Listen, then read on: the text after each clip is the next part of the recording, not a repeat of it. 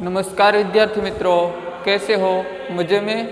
Agastya international school में online lecture में आपका हार्दिक स्वागत है। आज का हमारा विषय है हिंदी व्याकरण। और हिंदी व्याकरण में जो हम आगे 7 भाग में संधि विग्रह देखे थे, आज 8वां भाग है, वही संधि विग्रह का भाग है। और इस भाग के बाद हम अब कुछ अभ्यासक्रम पाठ और कविता ये पढ़ेंगे और थोड़ा कुछ जो संधि विग्रह है वह बाद में देखेंगे, बराबर। तो आज का यह लास्ट वीडियो है। तो संधि विग्रह, उनमें 3 प्रकार है संधि विग्रह के: स्वर संधि, व्यंजन संधि और विसर्ग संधि। तो हमारा यह दूसरा भाग है स्वर संधि, और उनमें यह 7वां भाग है, 8वां भाग है। तो अब देखते हैं कि संधि से पहले और संधि होने के बाद क्या परिवर्तन होता है, यही भी देखने को यहाँ मिलता है। जैसे कि यहाँ बताया गया है कि सम प्लस योग, तो संयोग, तो सम प्लस योग से संयोग कैसे बना? तो जो गुजराती में समझावी दઉં કે સમ વત્તા योग આપણે અગાઉ જોઈ ગયા છીએ કે જ્યારે પણ મ છે એના પછી કોઈ વ્યંજન આવે, બરાબર, તો તે મ છે એનું અનુસ્વાર અથવા અનુનાસિક, તે જ વર્ગનું અનુનાસિક થઈ જાય. આપણે આગલા લેક્ચરમાં આ નિયમ જોયા, પણ અહીંયા તો સ્પેશિયલ આપ્યું જ છે કે મ પછી જ્યારે પણ મ કે બાદ અંતસ્થ या ઉષ્મા व्यंजन हो तो म के बाद पहले अनुस्वर का प्रयोग हो जाता है. એટલે કે म પછી જ્યારે પણ આ બે, એટલે કે ઉષ્મા અંતસ્થ એટલે ય ર લ વ અને ઉષ્મા એટલે કે જેમાંથી ઉષ્મા નીકળે તે સ સ સ હ, બરાબર. તો અંતસ્થ અથવા ઉષ્મા વ્યંજન હોય તો મ છે એનું શું થઈ જાય? તો એ म के बदले अनुस्वर का प्रयोग होता है. यानी कि यह अंतस्थ या उष्मा व्यंजन हो तो म के बाद अंतस्थ या उष्मा व्यंजन हो तो म का क्या हो जाता है? तो म का अनुस्वार हो जाता है. तो अंतस्थ क्या है? तो अब आपको यह भी पता है. अंतस्थ यानी कि य र ल व आ બધા છે તે અંતસ્થ છે. અને આ ઉષ્મા વ્યંજન તો સ સ હ, સ સ સ હ, બરાબર. આ 4 છે તે ઉષ્મા વ્યંજન છે. તો મ પછી જ્યારે ક્યારેય પણ આ અંતસ્થ અથવા ઉષ્મા વ્યંજન આવે તો મ છે એ અનુસ્વર જ બને, અનુનાસિક નહીં બને, અનુસ્વર જ બનશે, બરાબર. તો અહીંયા એ આપ્યું તો પણ છે, કેમ કે અગાઉના નિયમમાં આપણે જો એવું જોયું કે મ પછી જ્યારે પણ જે આ કોઈ વ્યંજન આવે, બરાબર, કોઈ પણ વ્યંજન આવે તો તે શું બનશે? તો તે કીધું કે તે અનુનાસિક અથવા અનુસ્વાર બનશે. પણ અહીં તો ચોખવટ જ કરી કે મ પછી જ્યારે પણ અંતસ્થ અથવા ઉષ્મા વ્યંજન આવે ત્યારે તેનું અનુસ્વાર જ થશે, બરાબર. તો આપણને એ પણ ખબર હોવી જોઈએ કે અંતસ્થ કોને કહેવાય અને ઉષ્મા વ્યંજન કોને કહેવાય. તો અંતસ્થ એટલે ય ર લ વ છે તે અંતસ્થ છે. ઉષ્મા વ્યંજનમાં સ સ શ અને હ, બરાબર. આ 4 છે તે ઉષ્મા વ્યંજન છે. તો એમાંથી કોઈ અહીં આવે તો તે છે તે અનુસ્વાર થઈ જાય, બરાબર. તો સમ વત્તા યોગ, સમ પ્લસ યોગ. તો મ પછી શું છે? મ કે બાદ, તો મ પછી શું છે? ય. તો ય શું છે? ય વ્યંજન છે. તો કેવો વ્યંજન છે? તો અંતસ્થ છે, બરાબર. એ આપણે કીધું હતું ય ર લ વ એ અંતસ્થ છે. તો મ પછી જે ય આવ્યો તે અંતસ્થ છે, એટલે એનું શું થઈ જાય? તો આ જે મ છે એનું અનુસ્વાર થઈ ગયું, બરાબર. જેમ કે આ સ છે એની માથે અનુસ્વાર થઈ ગયું, એટલે સમ પ્લસ યોગ. તો યોગનો ય છે તે આપણા નિયમ પ્રમાણે અંતસ્થ છે, એટલા માટે એનું આ છે તે મ છે એનું અનુસ્વાર થઈ ગયું, બરાબર. હવે આ તમને આ નિયમ પણ સમજાઈ ગયો છે કે મ પછી જ્યારે પણ અંતસ્થ અથવા ઉષ્મા વ્યંજન આવે તો મ છે તેનું શું થઈ જાય? અનુસ્વાર જ થઈ જાય. પછી અનુનાસિકની વિચારણા ન કરાય, બરાબર. તો અનુસ્વાર જ થઈ જાય. તો અહીંયા આપ્યું છે કે સમ પ્લસ યોગ, તો શું થયું? સંયોગ, સંયોગ. તો મ છે એ એનું અનુસ્વાર થઈ ગયું. એનો નિયમ છે એ પ્રમાણે ય છે તે અંતસ્થ છે, એટલે અંતસ્થ અથવા ઉષ્મા હોય પછી સમ પ્લસ રક્ષણ, તો આ ર છે તે શું છે, તો એ પણ આપણને ખબર હોવી જોઈએ. વ્યંજન છે, કેવો વ્યંજન છે, તો એ પણ અહીંયા આવશે અંતસ્થ, કારણ કે અંતસ્થ વ્યંજનમાં કોણ કોણ છે, તો ય, ર, લ, વ, આ બધા શું છે, તો આ બધા અંતસ્થ વ્યંજન છે. પછી ઉષ્મા વ્યંજનમાં સ, શ, સ, હ, આ શું છે, તો આ છે તે ઉષ્મા વ્યંજન છે. તો મ પછી આમાંથી કે આમાંથી આટલા અક્ષરમાંથી કોઈ પણ મ પછી આવે તો તે મ છે એનું અનુસ્વાર જ બનશે. બરાબર, અનુસ્વાર એટલે કે એનું આપણે મીંડું કરી દઈએ. બરાબર, તો આ ઉષ્મા અંતસ્થ અને ઉષ્મા વ્યંજન એવો તમને પરીક્ષામાં પ્રશ્ન પૂછાઈ શકે કે ઉષ્મા વ્યંજન જણાવો, તો આપણે ખબર હોવી જોઈએ. હવે છે સમ વત્તા લાભ, તો આ બીજો જ અક્ષર જોવાનું, ડાયરેક્ટ આગળનો મને આગળ શું છે એ નહીં જોવાનું, મ પાછળનો અક્ષર જોવાનું. તો સમ વત્તા લાભ, તો મ પછી શું છે, તો લ છે, તો લા છે, એટલે કે લ છે તે શું છે, તો તે અંતસ્થ છે. બરાબર, અંતસ્થ વ્યંજન છે, એટલે કે મ છે એના પછી જે લાપ આવેલું છે તો લ છે તે અંતસ્થ છે, એટલે આ મ છે એનું શું થઈ જાય, એટલે મનું અનુસ્વાર થઈ ગયું. બરાબર, એટલે સમ વત્તા લાપનું શું થયું, સંલાપ. શું થયું, સંલાપ.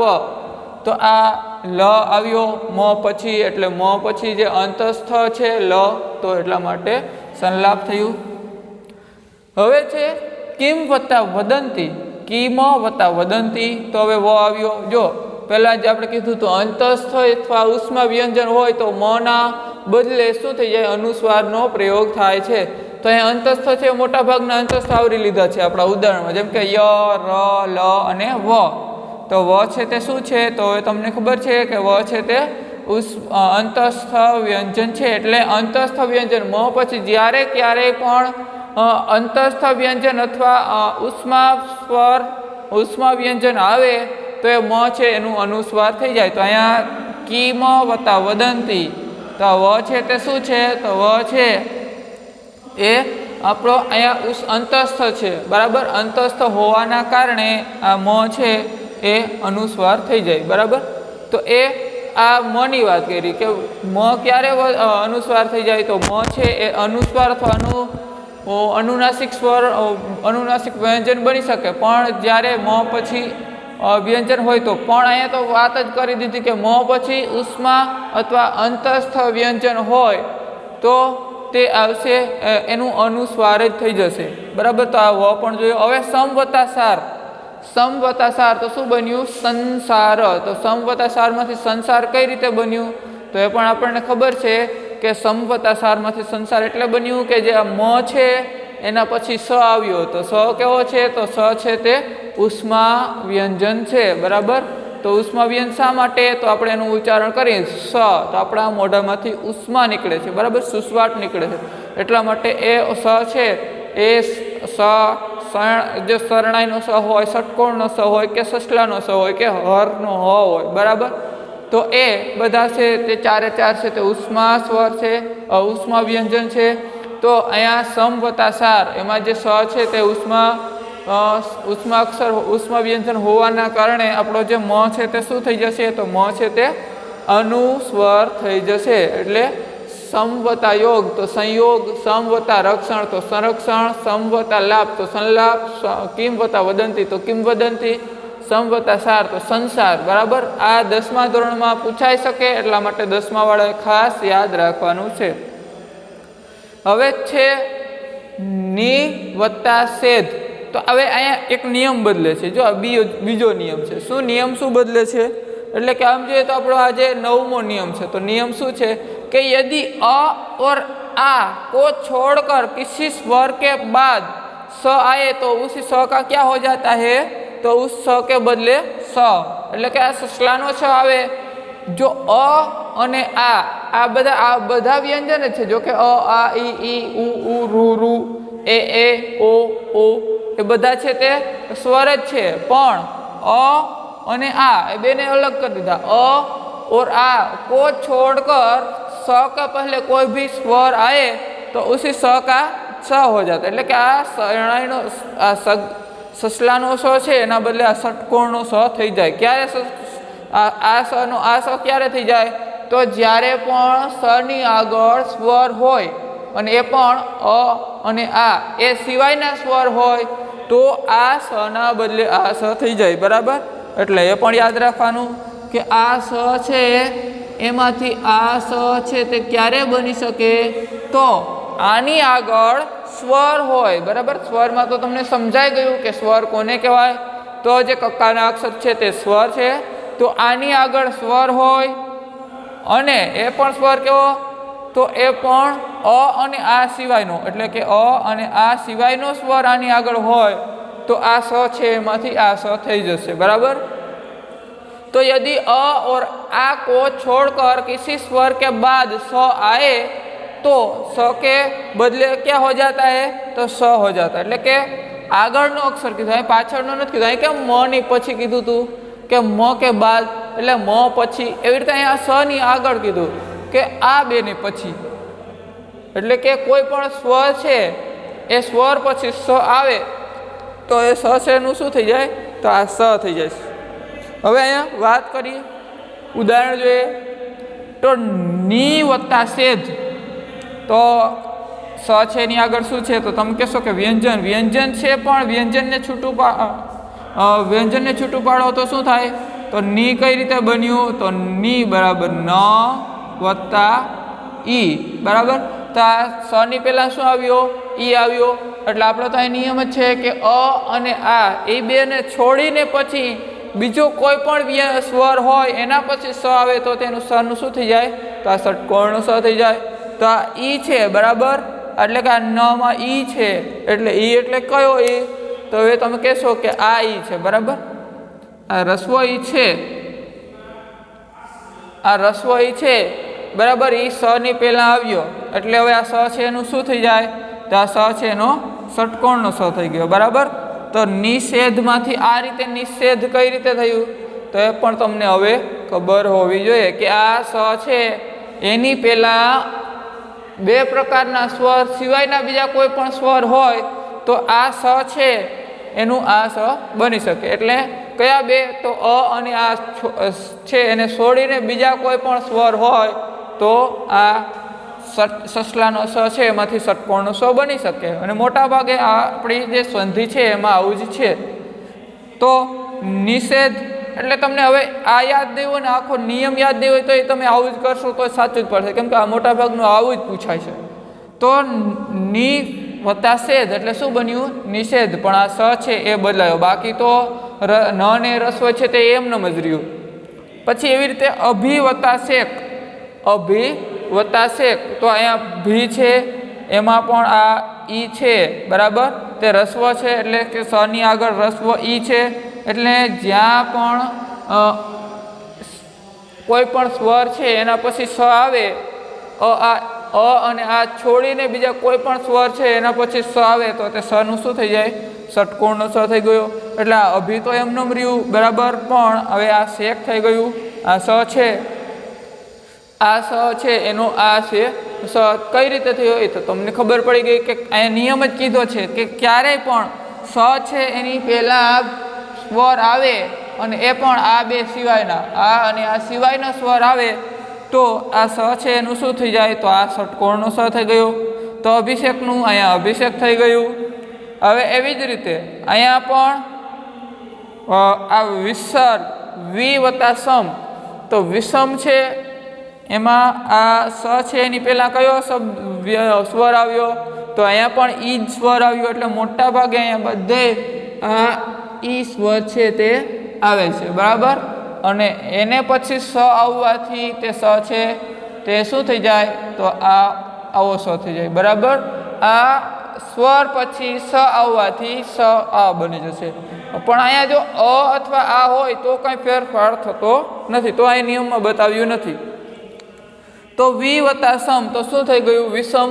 તો આ સ છે એમાંથી આ સ છે એ બદલી ગયો. એટલે કે આ સ છે સસલાનો સ છે એના સ્થાન પર ષટકોણનો સ આવ્યો. કઈ રીતે?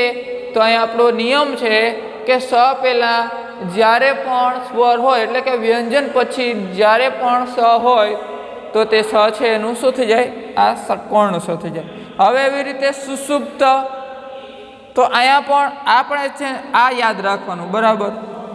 एटले के अधूरो शब्द होय आनी पहेला अधूरो शब्द होय तो आपणे कंई पर फेरफार करी न शकीए पण आ शुं छे तो ऊ छे बराबर।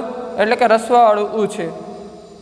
तो हवे अहींया शुं छे के आ ऊ स नी पहेला शुं आव्युं तो स छे एनी पहेला आ ऊ आव्युं बराबर।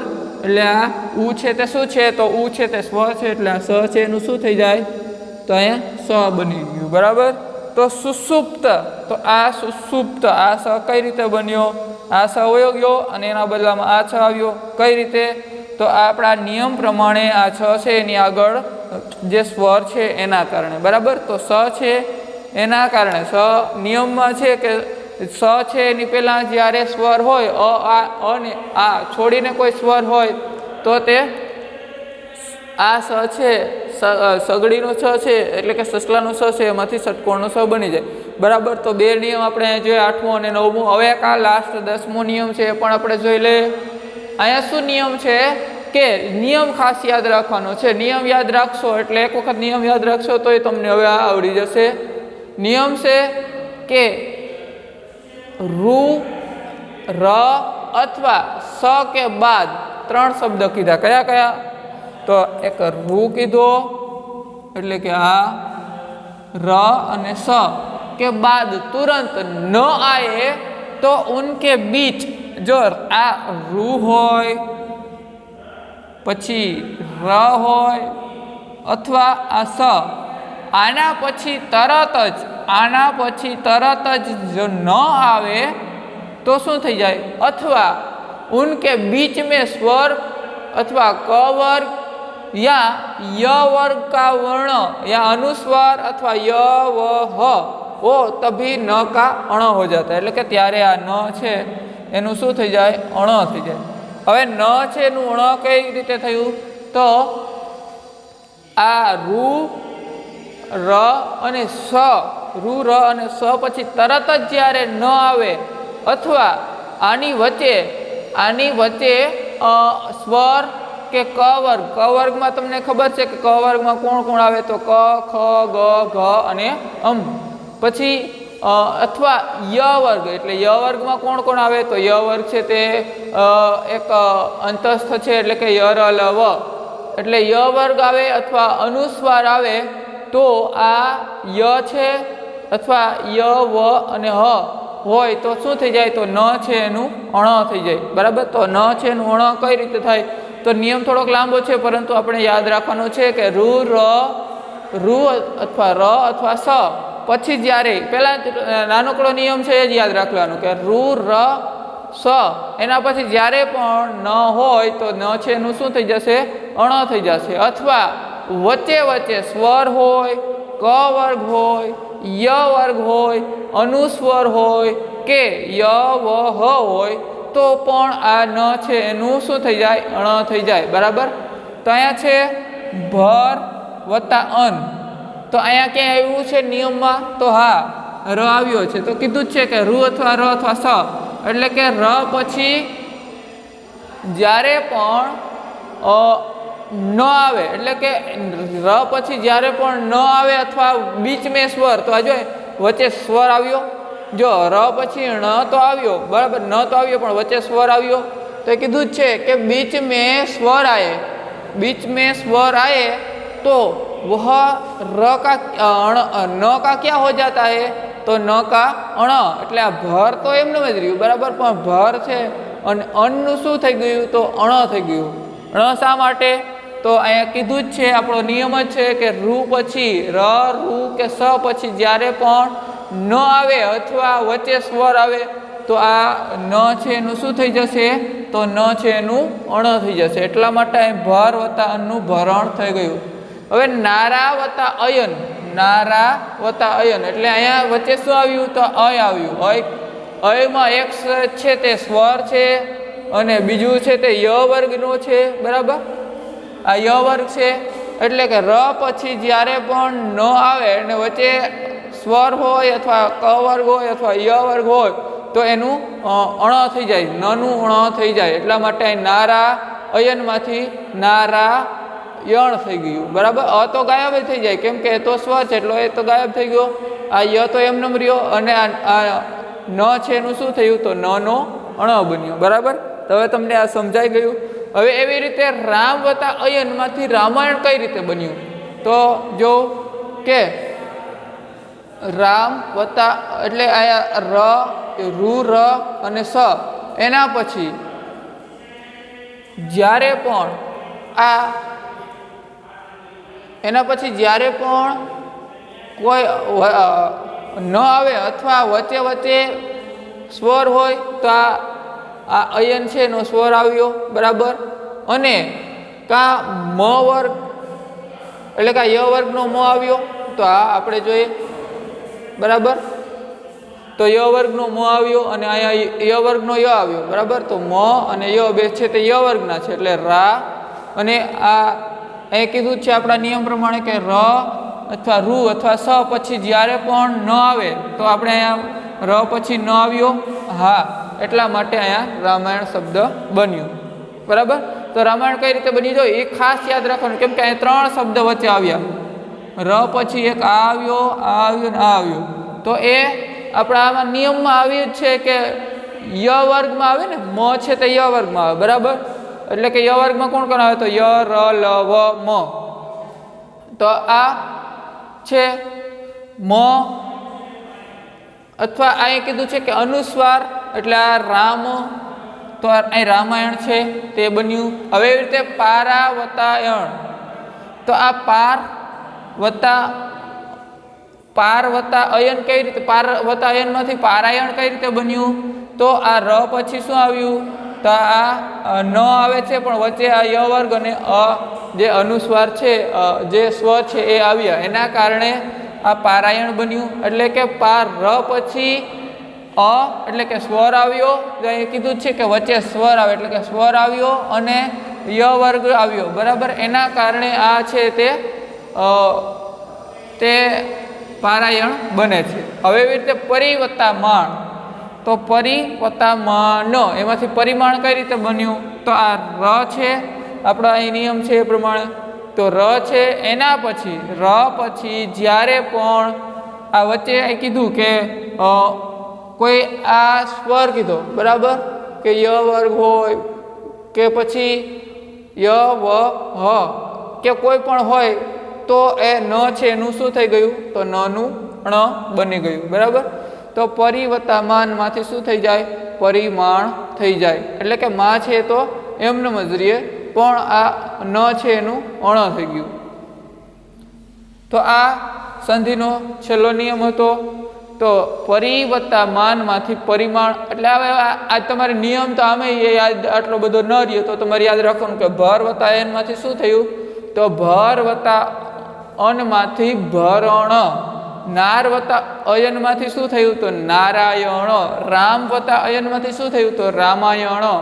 પાર વત્તા અયનમાંથી શું થયું? તો પારાયણ. અને પરી વત્તા માનમાંથી શું થયું? તો પરિમાણ, બરાબર. તો આ હતા આપણી સંધિના નિયમ. હવે પછી આપણે આગલા લેક્ચરમાં મળીએ. આ એક વખત ખાસ જોવું, અને ન સમજાય તો વિડીયો છે તે ફરી વખત જોવો.